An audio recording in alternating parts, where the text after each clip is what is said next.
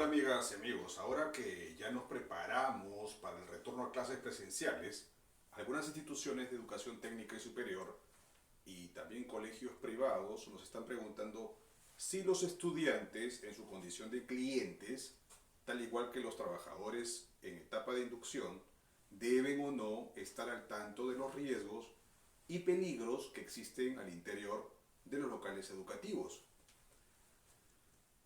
¿Deben los estudiantes recibir información y capacitación preventiva para casos de situaciones de emergencia y sus actividades rutinarias o no rutinarias deberían estar plasmadas en la matriz y per se de la institución educativa? Los estudiantes deberían recibir educación en materia de salud e higiene en el trabajo y de ergonomía en esta nueva normalidad. Por mi experiencia considero que sí. Así que no olviden aprobar sus protocolos de identificación de peligros, evaluación de riesgos y determinación de controles exclusivamente para la población estudiantil. Es una meta a la que todos deberían aspirar por el bien de nuestros niños y adolescentes. A propósito de ello, hoy quiero hablarles sobre ergonomía para escolares y riesgo disergonómico en el sector de servicios educativos. Como saben, mi nombre es Ricardo Pajuelo Bustamante, soy abogado especializado en seguridad y salud en el trabajo y además soy auditor inscrito en el registro de auditores del Ministerio de Trabajo para evaluar el sistema de gestión de la seguridad y salud en el trabajo de empresas de diversos sectores. Como ustedes ya lo saben, en las actividades escolares diarias se presentan posturas inadecuadas que representan factores de riesgo musculoesqueléticos como son el giro de la cabeza, la falta de apoyo en la espalda, la elevación de los hombros debido al mal ajuste de la altura de la mesa o el asiento, o también la falta de apoyo para las muñecas y antebrazos, y también el poco espacio en el entorno de estudio para moverse con comodidad, por decir algunos ejemplos. El riesgo aumenta cuando se le exige al estudiante que realice sus actividades en situaciones tales como permanecer en una misma postura por tiempos excesivos o que se mantenga en posturas inadecuadas durante las horas de clase y que realice movimientos y fuerza para los cuales no se encuentra adecuadamente preparado. Como sabemos, todo ello condiciona la aparición de fatiga sobre el sistema músculo-esquelético. Lo que hemos hablado hasta aquí corresponde al campo de la ergonomía y de eso vamos a tratar ahora, ¿no?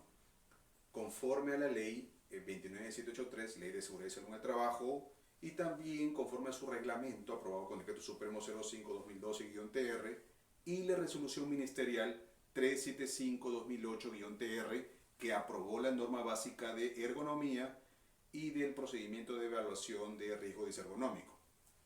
Pero, ¿qué es la ergonomía? La ergonomía es una ciencia que estudia la adaptación de las condiciones del puesto de trabajo y las características físicas del trabajador.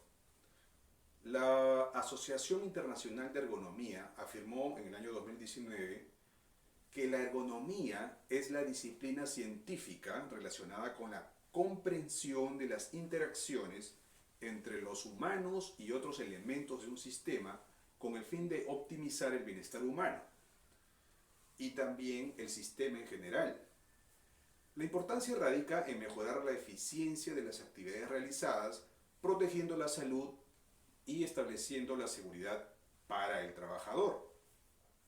Para que nos quede más claro, la ergonomía desde el punto de vista sistémico está conformada en principio por tres elementos básicos: el hombre o ser humano, el ambiente o entorno, relacionado a su vez con el ambiente construido y el objeto o máquina de trabajo, y estos elementos tienen una relación directa con los niveles de productividad, satisfacción e incidencia de riesgos. Estos factores están determinados por el adecuado funcionamiento de cada uno y la interacción o interfaz entre ellos. Ahora, ¿cuáles son los objetivos de la ergonomía? La ergonomía y la salud ocupacional tiene como principal objetivo la mejora del desempeño que existe en la relación hombre, máquina y entorno. Del mismo modo, la implantación del rediseño de los puestos de trabajo, considerando los factores como las capacidades, limitaciones de los trabajadores, también promueve una cultura de mejora de la productividad e inserción de los trabajadores en los centros laborales. Pero como lo diría el autor Javier Llaneza en su obra Ergonomía y Psicosociología aplicada del año 2006, específicamente estos son sus objetivos. Primero, identificar, analizar y reducir los riesgos laborales, adaptar el puesto de trabajo y las condiciones de trabajo a las características del trabajador, también contribuir a la evolución de las situaciones de trabajo, no solo bajo el ángulo de las condiciones materiales, sino en sus aspectos socio-organizativos, a fin de que el trabajo pueda ser realizado salvaguardando la salud y seguridad con el máximo confort de satisfacción y de eficacia. También controlar la introducción de las nuevas tecnologías en las organizaciones y su adaptación a las capacidades y aptitudes de la población laboral existente. ¿Qué más nos dice este autor? Uno de los objetivos también es establecer prescripciones ergonómicas para la adquisición de útiles, herramientas y materiales diversos. También aumentar la motivación y la satisfacción en el trabajo. También mejorar la salud de la empresa, la disminución del absentismo laboral, el preceptismo, los sabotajes, etc. Y promocionar la salud en el trabajo según la Organización Mundial de la Salud. Ahora, ¿cómo se clasifica la ergonomía? En su clasificación más común, la ergonomía tiene varios campos de acción, como vemos a continuación. Primero está la ergonomía biométrica. La ergonomía, según Vanegas, en su obra del año 2005, menciona que estudia los aspectos relacionados con el confort postural, la operatividad, la carga física, lo cual toma como base la información, evaluaciones biomecánicas y mediciones antropométricas. Los mismos conceptos son mencionados por el autor González en su obra del año 2008. Tenemos también la ergonomía ambiental, que según Javier Llaneza, en su obra del año 2009, nos menciona que es la información de las variables ambientales que producen las personas durante el desarrollo de sus actividades, tanto en entornos físicos, psicológicos, naturales como artificiales. El objetivo de esta ergonomía es crear ambientes que logren mejorar la eficiencia de las personas y a la vez reducir sus limitaciones durante sus actividades. También tenemos la ergonomía cognitiva. Para Javier Llaneza, el mismo autor, es una disciplina científica y se ocupa del estudio del sistema del procesamiento de información que posee el ser humano. También tenemos la ergonomía preventiva, que son los aspectos relacionados a la higiene y seguridad en el trabajo. Entre sus actividades se encuentra el confort laboral y el análisis de la salud. Tenemos también la ergonomía correctiva, que se aplica cuando el trabajador ya se encuentra en su puesto de trabajo o cuando se encuentra en uso de una determinada herramienta. El objetivo de esta clasificación es disminuir los errores que se puedan cometer por un mal diseño, o flujo de información inadecuado, o el uso de instrumentos que dificulten la concentración, entre otros. Aquí hacemos una pequeña pausa solo para pedirles le den clic al botón suscribirse y en la campanita de notificaciones que aparecen aquí abajo. De esa manera vamos a seguir subiendo material interesante. Estaremos muy agradecidos. Muy bien. Dicho esto, es importante hablar de la antropometría. La antropometría, según el investigador Pedro Mondelo, véase su obra Fundamentos de Economía del año 2000, es aquella disciplina que estudia las medidas del cuerpo humano tomando como referencia distintas estructuras anatómicas y sirve de herramienta a la ergonomía para adaptar el entorno a las personas y describe las diferencias cuantitativas de las medidas del cuerpo humano. Es importante destacar que, al igual que él, Javier Llaneza comenta que la aplicación antropométrica puede estructurarse en dos fases distintas y a su vez complementarias. La antropometría estática o estructural, que estudia a las dimensiones simples de un ser humano en reposo, sin movimiento, por ejemplo, la talla, el peso, la edad, los perímetros, las profundidades, sus circunferencias. Y también está la antropometría dinámica o funcional, que estudia las medidas compuestas de un ser humano en movimiento biomecánico. Estos aspectos son materia de conocimiento y práctica por parte de los médicos ocupacionales, también de las licenciadas en enfermería, que son especialistas en seguridad ocupacional, y los especialistas en seguridad y salud en el trabajo.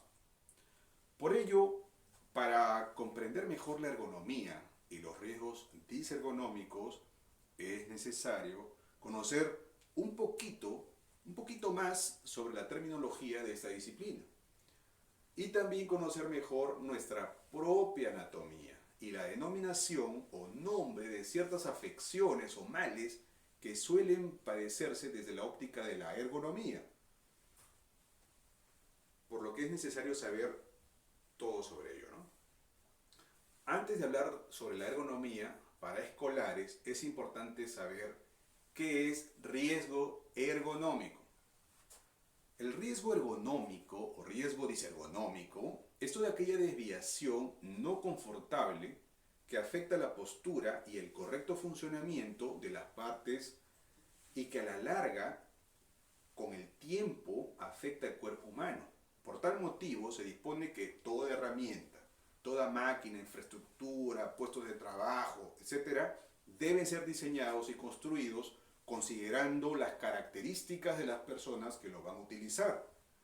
Del mismo modo, se considera como factores de riesgo a los puestos de trabajo en el que la maquinaria o el equipo utilizado cuyo peso, forma, tamaño o diseño generen sobreesfuerzo de la persona o movimientos inadecuados o fatiga física y lesiones musculares. Muy bien, pasemos entonces a conocer los riesgos disergonómicos que afectan la columna, los hombros, los codos y las muñecas de los niños y de los adolescentes. A ver, generalmente los niños cometen el error de inclinar excesivamente el cuello hacia adelante en un ángulo mayor de 30 hasta 60 grados, generando un peso insoportable de 18 a 27 kilos adicionales sobre sus cuellos, generando con esto ¿qué? Una presión sobre los músculos de esta zona, ¿no? Desde el músculo esplenio, el esternocleidomastoideo, el músculo trapecio, que está aquí atrás, e incluso el músculo deltoides, que está a la altura del omóplato. Otro error que cometen nuestros niños es cuando sostienen la tablet con una sola mano, generando presión sobre las articulaciones de este lado. O cuando leen el teléfono o la tablet acostados, ¿no? O cuando se recuestan sobre el escritorio para leer la tablet, generando dolores en el hombro. Según los reportes del Servicio de Vigilancia de la Salud de diversas empresas, entre las lesiones traumáticas que comúnmente se han diagnosticado en adolescentes está la cervicalgia, también llamado dolor cervical, a causa del estrés y la presión sobre el cuello debido a la postura inadecuada. Pero el cuello también se afecta con la tortícolis, que se evidencia cuando tenemos uno de los hombros más encima que el otro, o una rigidez e hinchazón de los músculos del cuello y la disminución del rango de movimiento de la cabeza. Aquí es importante no confundir con la tortícolis idiopática o la tortícolis congénita y la tortícolis espasmódica psicógena, ¿no? También conocida a nivel de la matriz y per se como distonía cervical. Ahora, ¿qué debe hacerse para remediar la cervicalgia? Los médicos especialistas nos recomiendan sobre todo fortalecer los trapecios. Estos músculos que tenemos acá atrás en la parte posterior del cuello, sobre todo el trapecio superior, luego el medio y el inferior mediante el ejercicio. ¿Y cómo debemos fortalecer este importante músculo? Siempre lo digo, conscientes de que vamos a seguir usando las tablets y celulares por el resto de nuestra vida, debemos aconsejar a la familia y en especial a los niños hacer ejercicios con la banda elástica. Esa que mide 2 metros, la cual se usa pisándola y estirándola con ambas manos hasta la altura de los hombros, quedándonos quietos con la banda estirada por lapsos de 5 segundos para luego regresar a la posición inicial y luego volver a estirar lentamente y quedarnos quietos por otros 5 segundos. Así durante 15 minutos diarios por las mañanas. Asimismo, debemos empezar a fortalecer las escápulas, mejor conocidos como nuestros omóplatos, ¿no? También con el mismo ejercicio. Así también es conveniente fortalecer el músculo rotador del hombro. Como ustedes ya lo saben, el manguito rotador es un grupo de músculos y tendones que rodea la articulación del hombro y mantiene firme la cabeza del húmero en la cavidad que todos tenemos en el hombro, ¿cierto? Para ello debemos coger unas pequeñas pesas, poner los brazos en forma de T y empezar a ejercitar lentamente subiendo y bajando por lapsos de 5 minutos diarios, ¿correcto? Asimismo, debemos realizar pequeños ejercicios giratorios con la cabeza, inclinando lentamente la cabeza hacia atrás, luego bajar la barbilla hasta el pecho por lapsos de 5 segundos, subiendo y bajando. Así también, inclinando lateralmente la cabeza hacia la derecha y la izquierda por lapsos de 5 segundos, de un lado a otro, todo por 5 minutos al día. Muy bien, así tendremos los músculos del cuello fortalecidos y entonces estaremos listos para sostener la tablet sin temor a la cervicalgia. ¿Y los niños cómo deberían utilizar la tablet o el teléfono? Primero, deben colocar la tablet en su estuche, esos que vienen con parante, y para leer deben colocarlo sobre una mesa. ¿Ok? Segundo, la espalda del niño debe estar en recta, así, en posición recta, ¿no? Y vertical, recostada sobre un espaldar recto y la cabeza erguida, pero nunca por más de 30 minutos. Importante, apenas veamos que el niño siente un dolor o incomodidad, debemos pararlo y hacerle cambiar de postura. De persistir la cervicalgia, se debe iniciar el tratamiento fisioterapéutico a través de la termoterapia con compresas calientes, también con la electroterapia, el ultrasonido, la masoterapia y otros ejercicios. Bien, hasta aquí hemos aprendido sobre los cuidados que deben tener los niños en la zona del cuello. Veamos ahora qué riesgos ocurren en el hombro de los niños. Por lo general, los niños no están acostumbrados a realizar constante actividad física. Y entonces, de pronto necesitan subir unas maletas a la parte alta del closet o limpiar las partes altas de la puerta o subir sus libros a la parte alta de la estantería. Si los adolescentes o niños realizan estas actividades con el cuerpo frío, sin haber siquiera rotado sus hombros, de esta manera podrían atacar el tendón del manguito rotador o a la bursa que tienen en la parte alta del hombro. Para conocer si existen daños ergonómicos en el hombro, los médicos especialistas aplican varios métodos, ¿no? Por ejemplo, la maniobra de Hawkins o el test o maniobra de Neer o la prueba de Job, ¿no? Colocando el brazo atrás.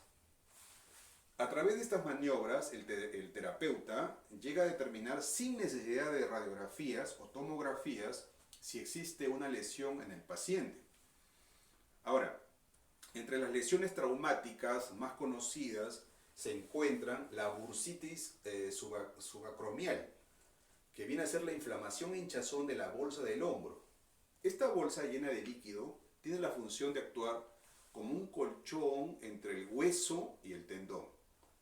Según los informes médicos que he revisado, también hemos encontrado otra enfermedad del hombro llamada capsulitis adhesiva, también conocida como enfermedad del hombro congelado, que se genera también por tener el hombro en inmovilización prolongada, generalmente por un accidente o por falta de ejercicio. Otro problema que ocurre en el hombro de los niños son las lesiones del manguito rotador, que generalmente ocurre por la excesiva carga de peso o cuando trabajan con los brazos separados y en suspensión, ¿no? Lo cual suele ocurrirle también a los adolescentes que practican algunos deportes como el básquet, el balonmano, el tenis o la natación. Para remediar la bursitis o la capsulitis adhesiva, se recomienda realizar fisioterapia, ¿ok? Levantar los brazos muy lentamente, coger una mano, con una mano el otro antebrazo y jalando de un lado hacia el otro, estirando poco a poco el brazo, ¿ok? También levantando los hombros, como encogiéndolos hacia arriba por unos segundos y luego retornándolos en su lugar, así por 10 minutos, ¿no? Ese ejercicio hay que hacer. Los niños deben realizar actividades en casa o en el colegio en el que carguen peso hasta por el 10% de su peso corporal. Por ejemplo, si el niño pesa 40 kilos, solo podrá hacer actividades que demanden esfuerzo hasta por 4 kilos. Ahora, solo en casos extremos podría levantar cargas hasta por un máximo del 15% de su peso corporal. Ahora, para el tratamiento de lesiones en el manguito rotador, ¿qué se debe hacer? Primero, se recomienda el calor húmedo, ¿ok? Como una ducha o compresas calientes, y puede ayudar cuando se siente este dolor intenso, esas compresas calientes, ¿no? Adicional a ello, compresas de hielo también en el hombro por 20 minutos, de 3 a 4 veces al día. Esto también ayuda para casos del dolor. Ahora, hay que recordar que si la lesión ha sido grave, la recuperación puede tomar de 4 a 6 meses, dependiendo del tamaño del desgarro y de otros factores. Pero sobre todo, los niños deben evitar hacer sobreesfuerzos con su cuerpo o cargar pesos innecesariamente. Pasamos a ver ahora los riesgos disergonómicos en el codo. Muy bien, ya vimos hombro, ahora vamos por el codo. En el codo de los niños y adolescentes existen dos problemas más comunes. El que se genera por caída o por evitar la caída y la epicondilitis, ¿ok? Respecto de la lesión en el codo por caída, podría decirles que el niño, al tropezarse y sentir que va a caer, instintivamente coloca una o dos manos por delante para amortiguar su caída. Entonces, ocurre lo que se llama la fuerza en valgo, que es aquel momento en el que el codo se inclina forzadamente hacia adentro, lo que podría generar el rompimiento de este ligamento colateral medial. Por otro lado, un esguince de codo puede ocurrir cuando el brazo se dobla o se tuerce rápidamente en una posición poco natural. También sucede que cuando los ligamentos se sobrecargan durante el movimiento regular. Los esguinces del codo pueden ocurrir cuando un niño se cae con el brazo estirado o cuando practica deportes o cuando el codo se golpea con mucha fuerza. Para comprender mejor esta enfermedad, muy reportada en los centros de estudio, un esguince es una lesión en los ligamentos alrededor de una articulación. Como ya lo saben, un ligamento es una banda de tejido que conecta un hueso con otro. Los ligamentos en el codo ayudan a conectar los huesos de la parte superior e inferior del brazo alrededor de la articulación del codo. Cuando se sufre un esguince de codo es porque ha ocurrido un tirón o ruptura de uno de los ligamentos de la articulación del codo. Ahora, para el tratamiento y recuperación de un paciente que ha sufrido esguince, se requiere del trabajo de un fisioterapeuta que nos va a mostrar los ejercicios de estiramiento y fortalecimiento. Las personas se recuperan de un esguince común de codo más o menos en 4 semanas. Otro riesgo ergonómico en adolescentes es la epicondilitis, conocido también como codo del tenista. Esta afección es una inflamación de los tendones que une los músculos del antebrazo con la parte inferior del codo.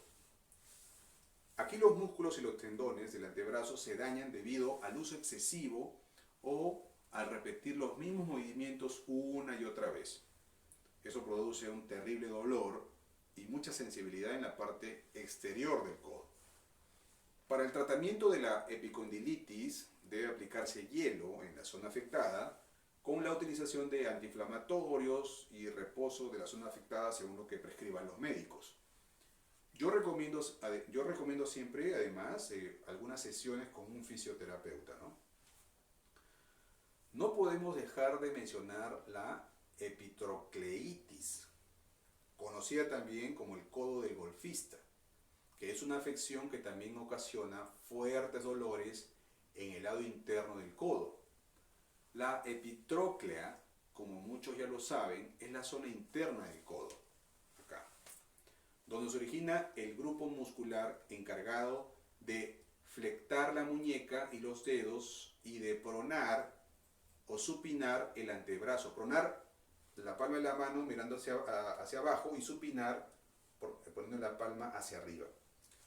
Ahora, ¿cuál es la causa de la epitrocleitis? Es un problema común que se ha dado en diversos adolescentes y ocurre por la tensión en exceso o por una acción repetitiva, generalmente ocasionada por movimientos forzados de la muñeca y los dedos. Es posible que el paciente pueda sentir rígido el codo, mientras que las manos y las muñecas pueden sentirse débiles. Para el tratamiento de la epitrocleitis se debe incluir reposo, hielo en la zona, el uso de analgésicos, estiramientos o elongación y también bastante fisioterapia, ¿no? Los adolescentes se van a enfermar de epitrocleitis si incurren, por ejemplo, en flexión extrema del codo por más de 2 horas o la extensión completa del codo por más de 2 horas o pronación, supinación del antebrazo por más de 2 horas, postura también extremas de la muñeca por más de 2 horas, movimientos muy repetitivos del codo y muñeca por más de 4 horas, o un esfuerzo de musculatura de brazo y antebrazo por más de 4 horas con cargas de peso superiores a 4 kilos. ¿Ok? Ahora, debemos conocer también los riesgos disergonómicos de nuestra muñeca.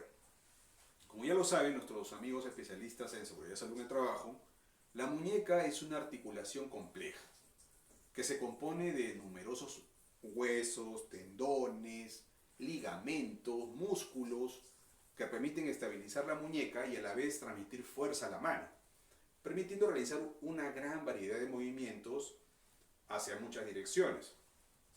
Nuestra muñeca logra realizar movimientos de flexión y extensión en el primero de los ejes y también movimientos de inclinación radial o cubital en el segundo de los ejes.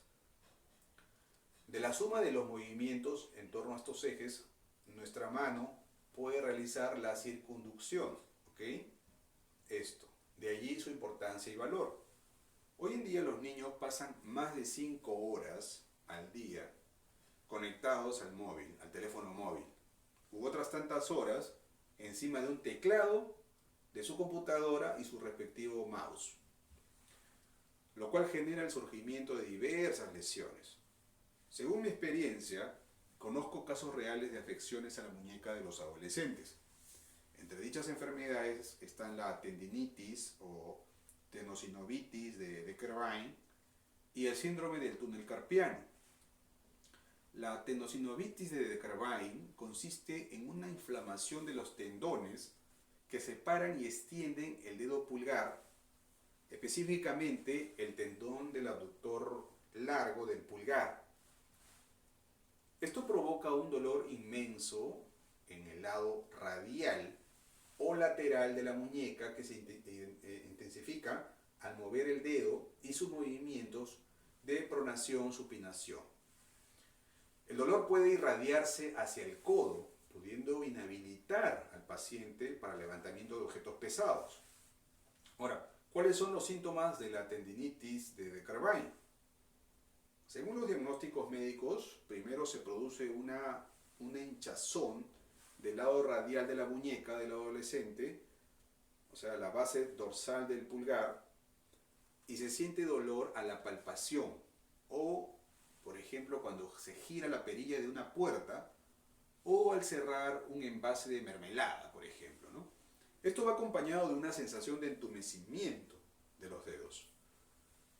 Peor aún en el dedo pulgar y en el dedo índice, ¿no? Aparte, se siente una importante limitación de los movimientos del pulgar y de la muñeca.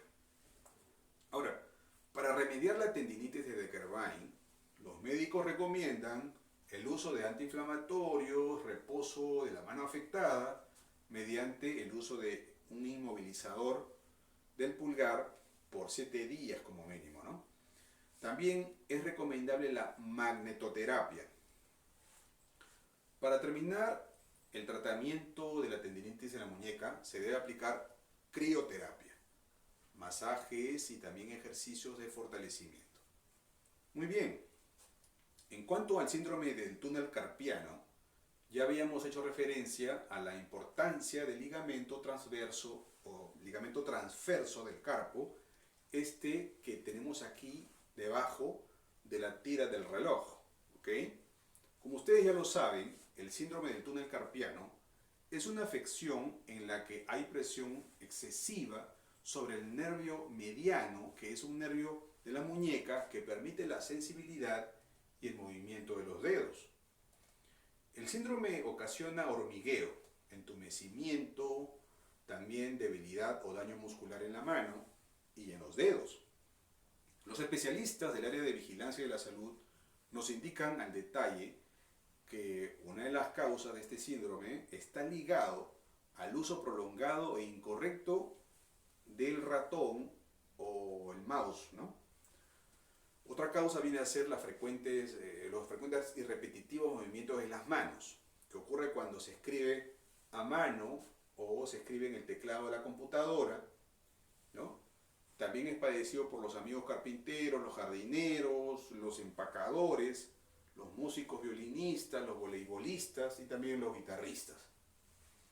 En las etapas iniciales, con síntomas leves, el síndrome del túnel carpiano puede aliviarse sin cirugía con medidas de tratamiento simples mediante el empleo de férulas inmovilizadoras, los antiinflamatorios y los cambios de actividades riesgosas por varios meses. Nuestros amigos fisioterapeutas recomiendan también la hidroterapia, que es una herramienta muy útil para este tipo de patologías. ¿Por qué? Por el uso del agua caliente, esto produce importantes alivios musculares. Muy bien, pasemos ahora a hablar de los riesgos ergonómicos que afectan al oído de nuestros niños. Aquí vamos a hablar un poco de los decibelios o decibeles, como comúnmente se conoce, ¿no? Estos vienen a ser la unidad para expresar la relación entre la presión sonora y la potencia eléctrica a fin de medir la intensidad del sonido. Es importante saber que los decibeles se miden con el sonómetro, ¿ok? Que es un aparato electrónico capaz de medir el nivel del ruido y la presión sonora en un determinado ambiente, ¿no? Los ruidos se miden en decibelios y estos sonómetros detectan los niveles de sonido y permiten medir la contaminación acústica en ciudades o en edificios. Nuestro oído es el que debe soportar todo tipo de sonidos, ¿no? Y en especial los órganos internos como el tímpano, el martillo, el yunque, el estribo, entre otros. Ahora, ¿cuáles son los daños ergonómicos que puede sufrir el oído? Están, por ejemplo, la sobreexposición a ruidos fuertes o intensos, ya sean súbitos o continuos. Todo ello puede causar la pérdida auditiva. La exposición de los oídos al aire fuerte, como cuando abrimos la ventana del auto en pleno viaje y nos da el aire, eso produce un zumbido que también genera daño a la larga, ¿verdad? Por otro lado, hoy en día jóvenes y niños abusan de los audífonos casi toda la tarde o toda la noche. Entonces aparecen afecciones como el acúfeno o el tinnitus, ¿no? Esta afección consiste en que se percibe un sonido en ausencia de cualquier estímulo acústico, como un zumbido, se escuchan pitidos, ruidos graves o agudos que pueden escucharse incluso en el silencio. Este problema es bastante común en personas que usan demasiado tiempo los auriculares electrónicos y es la señal del inicio de los problemas auditivos. Si los niños ya están padeciendo de acúfenos, lo recomendable es evitar los ruidos fuertes, esos que se oyen en los conciertos o en las calles, y también deben alejarse de los altavoces. Muy bien, hasta aquí hemos desarrollado los aspectos más importantes de la ergonomía para escolares. Muchas gracias por tu atención. Si te gustó este video, dale un like y compártelo. Pueden escribirme al número WhatsApp que aparece en pantalla y también seguir más noticias sobre seguridad y salud en el trabajo y gestión empresarial en nuestra página web www.pajoelbustamante.com y en las páginas de Instagram y Twitter que aparecen abajo. Muchas gracias.